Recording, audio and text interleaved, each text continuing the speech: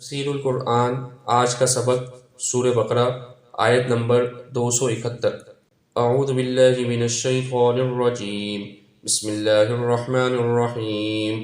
ان تبدوا الصدقات فنعما ہی وَإِن تُخْفُوهَا وَتُؤْتُوهَا الْفُقَرَاءَ فَهُوَ خَيْرٌ لَكُمْ وَيُكَفِّرُ عَنْكُمْ مِنْ سَيِّئَاتِكُمْ وَاللَّهُ بِمَا تَعْمَلُونَ خَبِيرٌ۔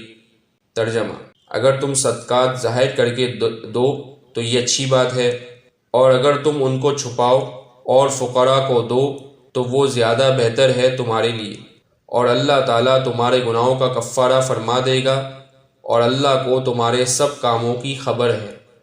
صدقات کو ظاہر کر کے یا پوشیدہ طریقے پر دینا۔ اس آیت شریفہ میں صدقات دینے کے بارے میں ایک بہت اہم بات ذکر فرمائی ہے، اور وہ صدقات ظاہر کر کے دینے یا چھپا کر دینے کے متعلق ہے۔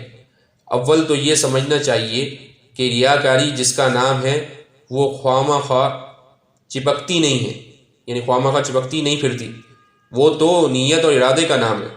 جو کوئی شخص نماز پڑھے یا ذکر کرے یا زکوٰۃ دے یا صدقہ نافلہ دے اور اس کی نیت یہ ہو کہ لوگ مجھے نیک سمجھیں، میرا نام ہو، میری شہرت ہو، تو یہ ریاکاری ہوگی اور گناہ ہوگا، جس سے اعمال ضائع ہو جائیں گے۔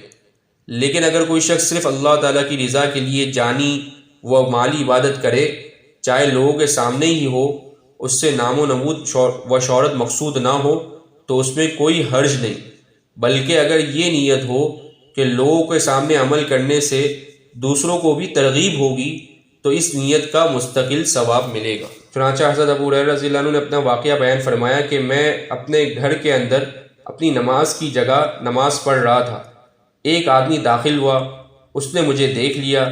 اس کے آنے سے مجھے یہ بھلا معلوم ہوا کہ اس نے مجھے نماز پڑھتے ہوئے دیکھا ہے۔ میں نے رسول اللہ صلی اللہ علیہ وسلم سے واقعہ عرض کر دیا۔ آپ صلی اللہ علیہ وسلم نے فرمایا، اے ابو ہریرہ، تجھ پر اللہ کی رحمت ہو، اس میں تیرے لیے 2 اجر ہیں، پوشیدہ عمل کرنے کا اجر بھی اور ظاہراً عمل کرنے کا اجر بھی۔ یہ روایت ترمذی کے اندر موجود ہے۔ وآخر دعوانا ان الحمد للہ رب العالمین۔